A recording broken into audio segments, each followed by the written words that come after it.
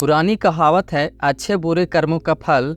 और इसी कहावत की सच्चाई को सिद्ध करने वाली यह कहानी है, जो हमें याद दिलाती है कि जीवन में हर कर्म का प्रभाव आने वाली पीढ़ियों पर पड़ता है। बिहार के एक छोटे से गांव, यह गांव नदियों और हरियाली से घिरा हुआ था, जहां किसान अपनी खेती बाड़ी से अपनी जिंदगी की गाड़ी खींचते थे।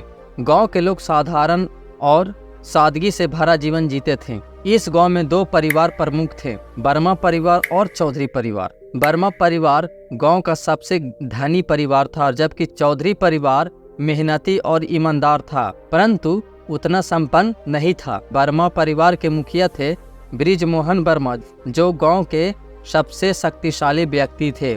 बृजमोहन अपनी संपत्ति और प्रभाव का दुरुपयोग करने में माहिर थे। उन्होंने गांव के कई गरीबों की जमीन हड़प ली थी और गलत तरीके से अपनी दौलत को बढ़ाई थी। वहीं दूसरी ओर चौधरी परिवार के मुखिया थे राम नारायण चौधरी, जो मेहनत और ईमानदारी पर विश्वास रखते थे। उनका परिवार संपत्ति में भले ही पीछे हों, लेकिन मान सम्मान में सबसे आगे था। बृजमोहन वर्मा की संपत्ति बढ़ाने की लालसा कभी कम नहीं हुई।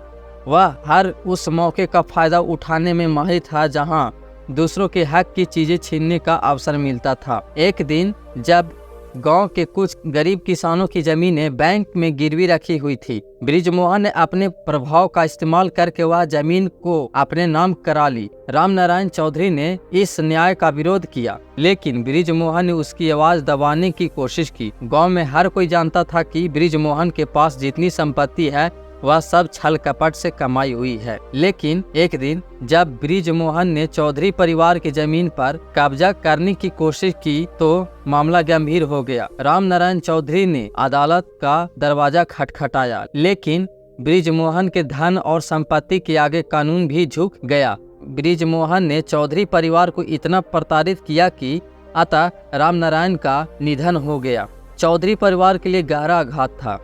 समय बीतता गया और बृजमोहन का बेटा शेखर वर्मा पिता के बताए गए रास्ते पर चलने लगा। शेखर अपने पिता की तरह ही अमीर और घमंडी था, लेकिन उसमें थोड़ी अधिक क्रूरता थी। उसने अपने जीवन में कभी किसी को सम्मान नहीं दिया और अपने स्वार्थ के लिए वह किसी भी हद तक जा सकता था। वही चौधरी परिवार का बेटा अमरनाथ चौधरी राम नारायण की मृत्यु के बाद परिवार की जिम्मेदारी संभालने लगा। अमरनाथ पढ़ा लिखा और अपने पिता की ईमानदारी और मेहनत की विरासत को आगे बढ़ाने का संकल्प लिया, लेकिन उसे हमेशा बृजमोहन और शेखर की ताकत और दौलत का सामना करना पड़ता था। एक दिन शेखर ने गांव की एक विधवा महिला लक्ष्मी की जमीन हड़पने का निर्णय लिया। लक्ष्मी का पति गांव के एक युद्ध में शहीद हो गया था और उसकी सारी संपत्ति का एकमात्र आधार वही जमीन थी। लक्ष्मी ने शेखर के सामने अपनी जमीन बचाने के लिए बहुत मिन्नतें की, लेकिन शेखर ने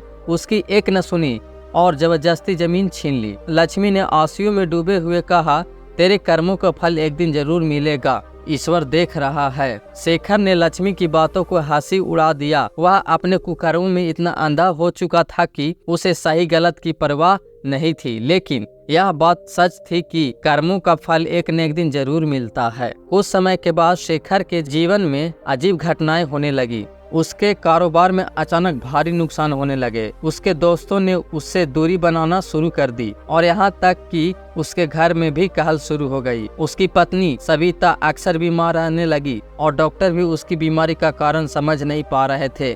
धीरे धीरे शेखर को यह एहसास होने लगा कि यह सब उसके किए गए गलत कर्मों का परिणाम हो सकता है, लेकिन अब बहुत देर हो चुकी थी। इसी बीच अमरनाथ चौधरी ने गांव के लोगों के साथ मिलकर एक नया आंदोलन शुरू किया। उन्होंने गांव के गरीब और दबे कुचले लोगों को हक के लिए लड़ाई लड़ी और वर्मा परिवार के अत्याचार के खिलाफ खड़ा हो गया।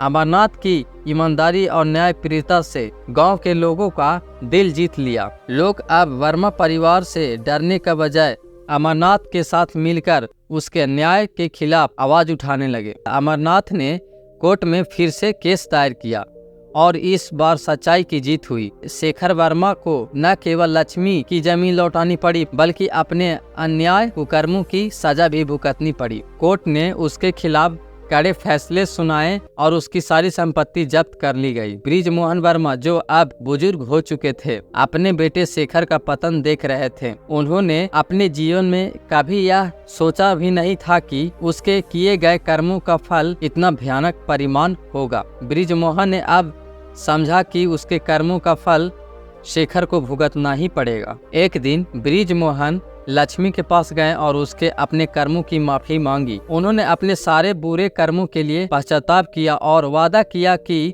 वे अपने बाकी जमीन को सेवा और ईमानदारी के साथ बिताएंगे। लक्ष्मी ने बृजमोहन को माफ कर दिया, लेकिन गांव के लोग जानते थे कि समय अपना हिसाब कभी नहीं छोड़ता। अतः अमरनाथ चौधरी ने गांव को नई दिशा दी। उन्होंने गांव के लोगों के साथ मिलकर एक सहकारी समिति बनाई, जिसमें हर व्यक्ति का योगदान था।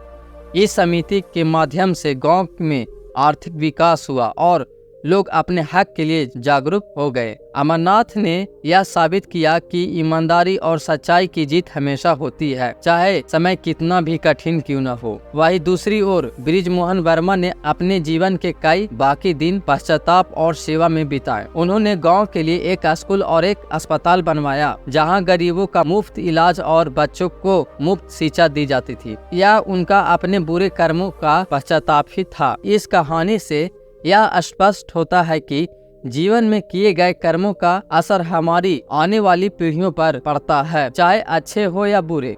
कर्मों का चक्र हमेशा चलता रहता है।